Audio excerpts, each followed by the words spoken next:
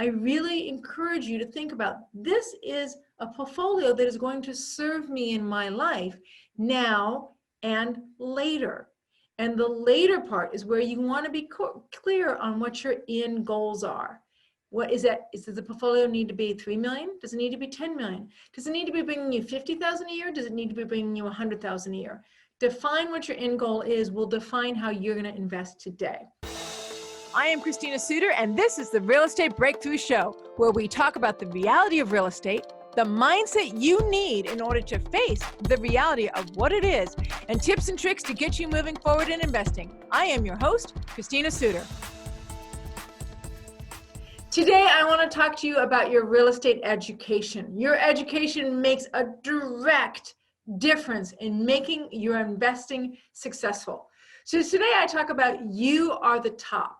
You are the most important thing in your investing.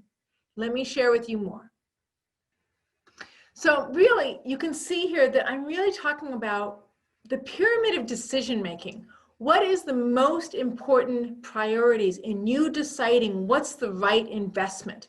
Really, is it the return? Is that what's most important in your investment portfolio? Maybe it's the concept of it is a good investment. Maybe it's the diversification it allows for in your investment portfolio, that it meets your end goals, your final goals of where you want your investment portfolio to go, where you are going with your investment portfolio. Is it your net worth that limits the money you're starting with and it limits what kind of assets you can invest in? Is it your lifestyle, time and effort, or is it your own personality and risk tolerance? Now, I've just gone down a list of things that I would want you to consider every single time that you go to make an investment. I want you to consider the return. What's it going to give me? I want you to consider, is it a good, sound investment? Right? Is it a good investment in that, is it going to give me a decent return? Is it going to be a sound investment in that it's going to work?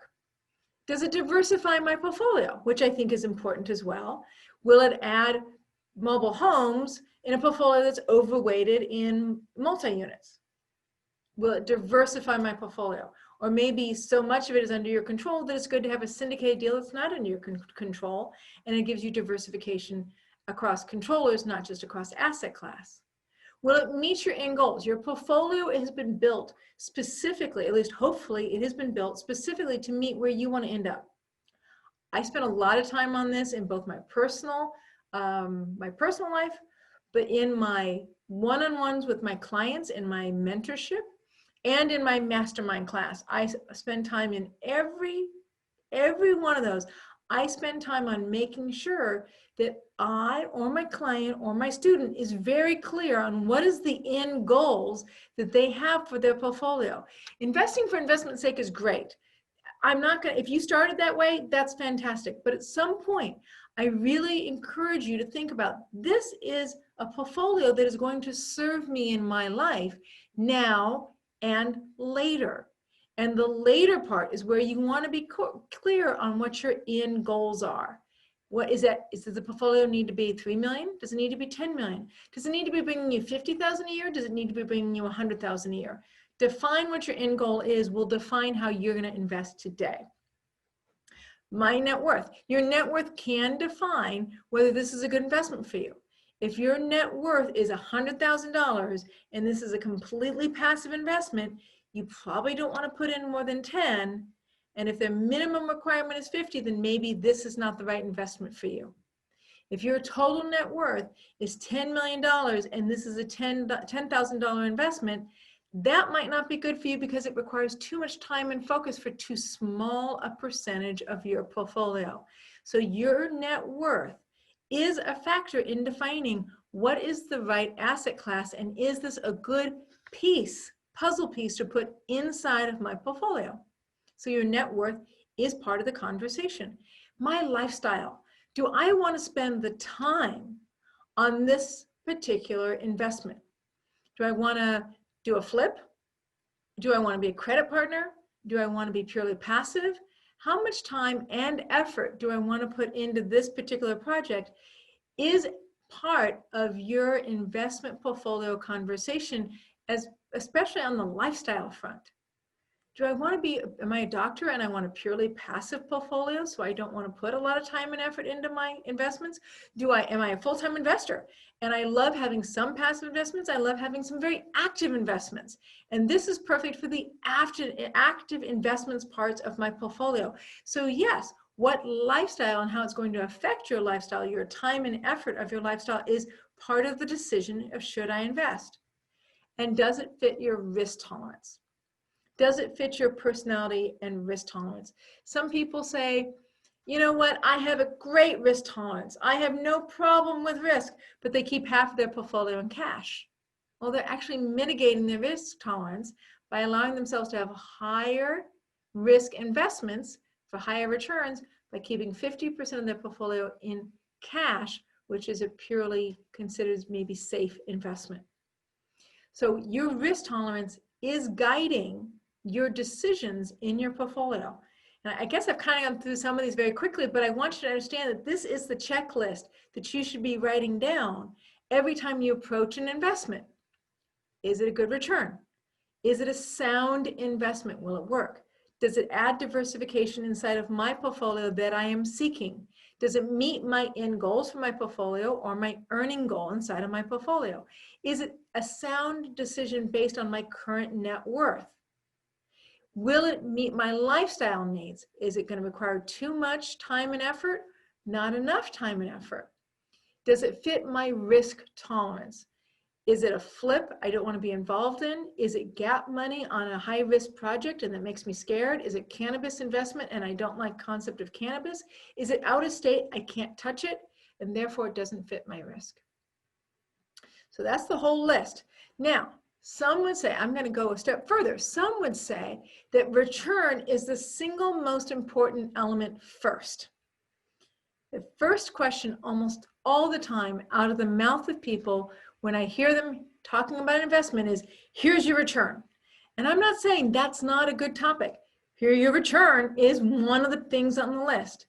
Here's my suggestion though. That return being most important, good investment being second, diversification being third, meeting goals fourth, my net worth fifth, lifestyle and time and effort sixth, risk tolerance seventh.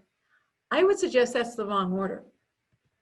I would say the right order is, does it fit your risk tolerance, is actually first. And the reason why I put that first is because we're doing it anyways. You are deciding anyways whether it fits your risk tolerance. You are already deciding whether or not you're happy with it and willing to consider it. You've already gone through that before you even ask, before you've even really gotten to confirming the return. You've already decided, I'm willing to do it or not. I'm willing to do cannabis or not. I'm willing to do, blah, blah, or not. So you've already decided your risk tolerance. So you might as well acknowledge that that really is first. The second thing that is important is time and effort. If your portfolio does not make you happy and you're putting in too much time and effort, I don't care how high your return is, eventually that will break. And you will stop doing that way and you will be unhappy and you'll need to transition your portfolio. I have seen this over and over again. Sometimes the break is after 2 years. Sometimes you last as long as 5 years. Some people last as long as 8, but ultimately you want to have your time and effort and lifestyle back. You want to have what makes you happy back. So risk tolerance, I would say, is first, because that's what you're doing anyways in your brain. You're not going to really invest in something that breaches your risk tolerance. And if you do, you will be up at night. Your time and effort is second, because the purpose of your real estate portfolio is to add value to your life, to add value to your personal, your mental, emotional lifestyle, life. So lifestyle, time, and effort to me is 2. Does it work inside of my net worth? Is part of, and you could almost say, part of lifestyle. It's a time and effort and also a risk tolerance. If it's too big a percentage of my net worth, I won't sleep well. If it's too small, then I'm putting in too much effort to get too little return. And I don't want to have too many of those in my portfolio. So your net worth kind of falls into the lifestyle, time, and effort question. So to me, That would be like 2A or number 3, you choose. Does it meet my end goals? You don't really want to take on investments, a whole series of investments that don't meet your end goals.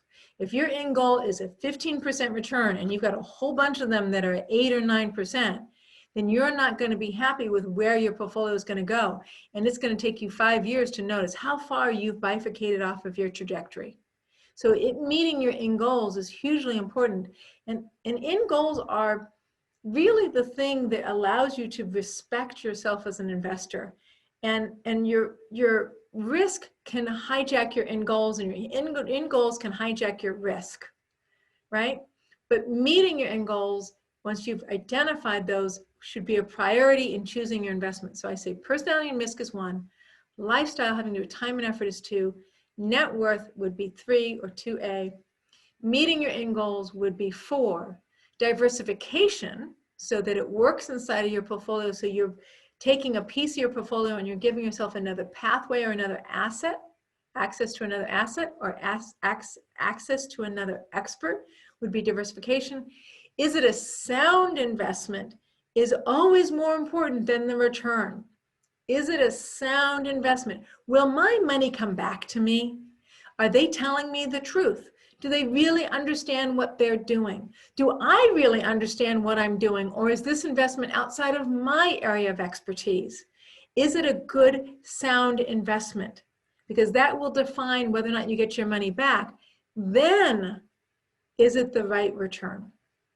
So I take what you may have thought, what I think many people would think, which is the return, and I put that way down on my list in comparison to all the other factors that I am encouraging you to consider. Thank you so much for listening. I am Christina Suter, your host on the Real Estate Breakthrough Show. Hopefully you have learned something new today. You have a new checklist on how you can possibly assess an investment, and we're going to continue with the educational segments. So keep tuned in for more educational segments. Thank you so much.